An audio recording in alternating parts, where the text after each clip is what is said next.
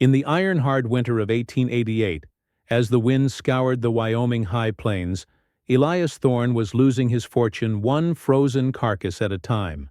His sheep, $1,000 animals, were piling against the leeward side of his massive state-of-the-art timber barn, suffocating in the snow or freezing solid where they stood. Inside the barn, the air was a frozen fog, the temperature hovering at 5 degrees Fahrenheit. 3 miles down the creek, Arthur Jensen's sheep were fine. They were not huddled, not panicked. They were spread out, resting comfortably in a low, sod-covered shed, the air inside a placid 38 degrees. Thorne was burning half a cord of wood a day to heat a barn that was killing his livestock. Jensen was using a fraction of that, and his animals were thriving. The difference was invisible, buried 4 feet underground, a series of stone-lined ducts that Jensen called his heat tunnels. Why? What did this quiet, former railroad surveyor understand about thermodynamics that 2 generations of seasoned, wealthy stockmen had completely missed? The place was the Laramie Plains, an unforgiving high-altitude basin that acted as a funnel for Arctic rage.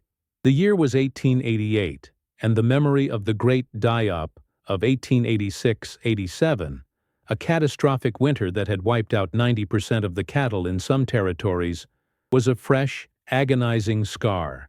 The consensus among the men who had survived, the men who were rebuilding, was one of brute force. The manuals from the agricultural colleges, the advice of the large cattle syndicates, and the local culture all preached the same sermon. Mass survival, they believed, was a function of board feet. The Wyoming Standard Barn was a monument to this idea, a vast timber frame cathedral, 60 feet long and 30 feet high at the peak, built with 12x12-inch beams shipped at ruinous expense from Oregon. These structures cost over $1,500, a small fortune. They were designed to break the wind and hold the stock. The accepted method of heating, if attempted at all, was to drag 3 or 4 cast-iron potbelly stoves into the central aisle, creating dangerous pockets of scorching heat while leaving the corners to freeze. Everyone, from the railroad tycoons to the Grangers, agreed.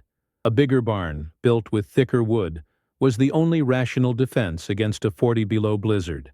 Elias Thorne was the very model of this conventional wisdom. His main lambing barn was an architectural boast, a 7,000-square-foot structure of prime Douglas fir. He employed 4 ranch hands just to manage it. But in practice, the barn was a thermal catastrophe. Its immense volume, over 150,000 cubic feet, made it an impossible space to heat. The 3 massive stoves Thorne kept roaring consumed over a cord of precious, river-bottom cottonwood every 2 days. The result was not comfort, but chaos. The stoves, running at maximum, created a blistering 120-degree zone within a 5-foot radius, scorching the wool of any sheep pushed too close. 10 feet away, the temperature was barely 10 degrees Celsius, 12 degrees Celsius. Worse, the structure was a ventilation nightmare. To keep the stove fumes from asphyxiating the flock, high louvers had to be kept open, which created a constant freezing draft at animal level. The floor was packed earth, frozen solid, covered in a slick, icy slurry of manure and urine. The ammonia smell was staggering. Before the great blizzard even hit, Thorne's ledger showed the failure in stark, red-inked numbers. 45 ewes lost to lung fever, pneumonia, in December alone. The barn was a trap, a $1,500 coffin. Arthur Jensen had not come to Wyoming to raise sheep. He had arrived in 1880 as a surveyor for a coal prospecting firm, a quiet, methodical man of Danish extraction. He had spent his 20s in the copper mines of Michigan and the coal fields of Colorado. His education was not in agriculture, but in ventilation, airflow, and subterranean geology. In the mines, he had learned a fundamental truth: air has weight and energy, and a small controlled fire can move thousands of tons of it. He learned that the earth itself is not cold, but a massive, stable reservoir of thermal energy. He had also spent a winter working alongside Ute guides, observing how their semi-subterranean lodges used the deep earth and a thick blanket of sod to maintain a livable environment with only a small, central fire. When he finally filed his homestead claim, he ignored the advice of his neighbors. He didn't look for river-bottom land. He looked for a low, south-facing hill. His neighbors watched with pity, then mockery, as he began his work not with a saw, but with a spade. He was, they said, building a glorified gopher hole. Instead of a 7,000-square-foot monument, Jensen built an 80-foot-long shed, just 20 feet wide. He built it into the hill, digging back so the rear wall and two side walls were composed of the earth itself. The front wall was rammed earth, 3 feet thick. The roof was shallow-pitched, built of scavenged railroad ties, and covered with a 3-foot-thick layer of prairie sod. Visually, it was a failure. It barely cleared the landscape. But the genius was invisible. Before he set the first post, Jensen and his single hired hand spent 2 weeks digging a complex trench. This trench began in a stone-lined pit located 20 feet outside the shed. From this pit, a central 14-inch square channel, lined with flat fieldstone, ran the entire 80-foot length of the building, buried 4 feet under the floor. At the far end, this channel connected to a 20-foot-high vertical chimney stack, built of more stone, which provided the draft. When Elias Thorne saw it, he declared Jensen mad. "You'll suffocate 'em, Jensen, or you'll smoke 'em. You can't run a chimney sideways." Jensen just nodded, and continued to pack clay into the mortar joints. The conflict in philosophy was absolute. Thorne, representing the brute force method, believed the enemy was the cold air, and it had to be fought with a bigger fire. His solution was convective heating. Heat the air, and the air will heat the sheep. This was a constant losing battle against the laws of physics, as every cubic foot of heated air immediately tried to escape, replaced by a cubic foot of 40 got dreading of air. Jensen's method was the opposite. He told the visiting county veterinarian, "You are not fighting the wind. You are fighting heat loss. The air isn't the solution. It's the thief. The earth is the bank." His system was based on radiant and conductive heat. His goal was not to heat the 10,000 cubic feet of air in his shed. It was to heat the 1,600 square feet of floor. He knew a sheep loses the majority of its body heat not to the air, but to the frozen ground it stands on. By heating the floor, he was creating a massive, low-temperature radiator. The veterinarian, Dr. Alan Finch, was a man of science, and he began taking notes. He arrived in late November during the first warning cold, a week of single-digit temperatures. He visited Thorne's first, his pocket thermometer registering 11.6 degrees at animal height. He noted the acrid ammonia, the dampness, the 3 roaring stoves. He then rode to Jensen's. The difference was staggering. Opening the shed's single, heavy door, he was met not by a blast of heat, but by stillness. The air smelled of lanolin and dry hay, not ammonia. His thermometer registered 39 degrees, 3.9 degrees. The sheep were not clustered. They were spread out. Finch knelt, placing his bare hand on the packed earth floor. It was dry, and it was warm. He checked the fire, a small, efficient Danish box stove, sitting in its stone-lined pit outside the shed, was ticking over at a lazy quarter burn. Finch noted in his ledger, "Thorne, 1/800 head. Fuel, 1.5 cords, day. Air, hazardous. Loss, 45. Jensen, 200 head. Fuel, approx. 1/8 cord, day. Air, excellent. Loss, 0. The numbers were the beginning of a revolution. Here is how the Jensen system worked. A masterpiece of thermodynamics built from rock and prairie grass. Layer 1 was the furnace, the external firebox. By placing the stove outside, Jensen eliminated the fire risk and prevented the stove from consuming the animal's oxygen. Layer 2 was the heat tunnel. This 80-foot subterranean flue was the engine of the system.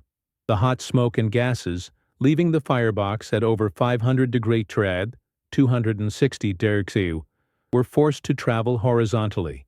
As they did, they conducted their heat into the tons of surrounding stone and earth. By the time the smoke reached the vertical chimney stack, it had cooled to a mere 150 degrees 65 degrees Celsius.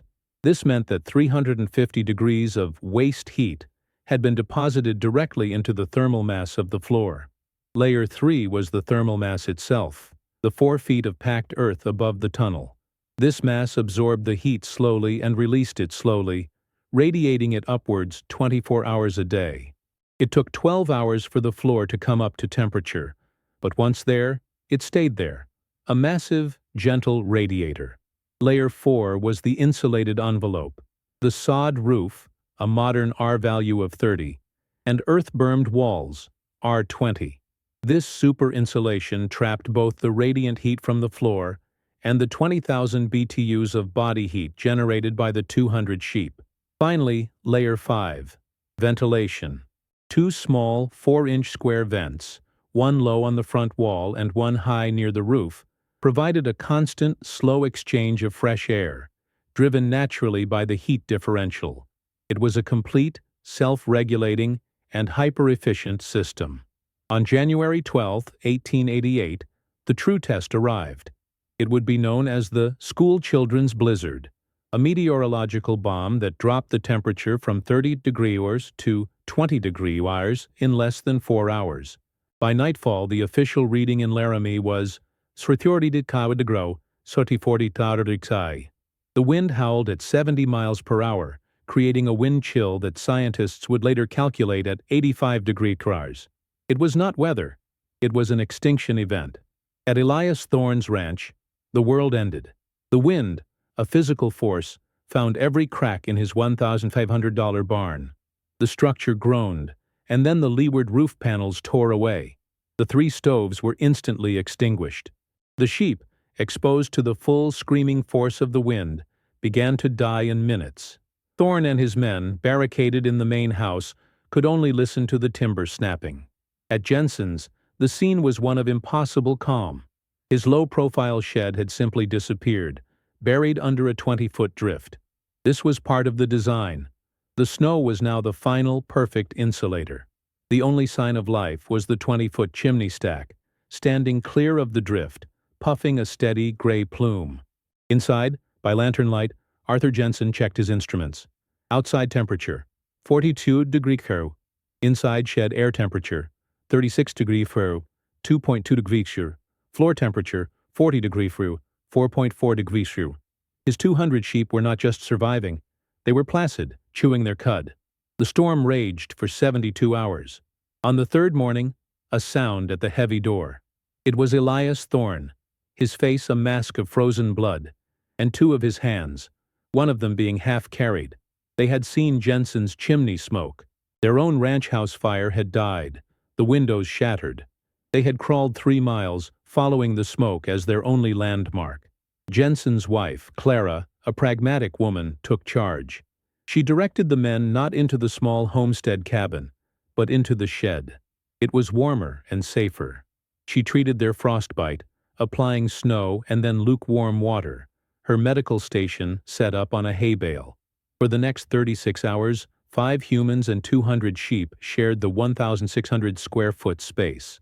The ventilation system, now under its greatest load, performed perfectly. The air remained clear. The men, seasoned cattlemen, sat on the warm earth floor, wrapped in wool blankets, their lives saved by the very structure they had all mocked. They had survived not by fighting the cold, but by living within a system that understood it.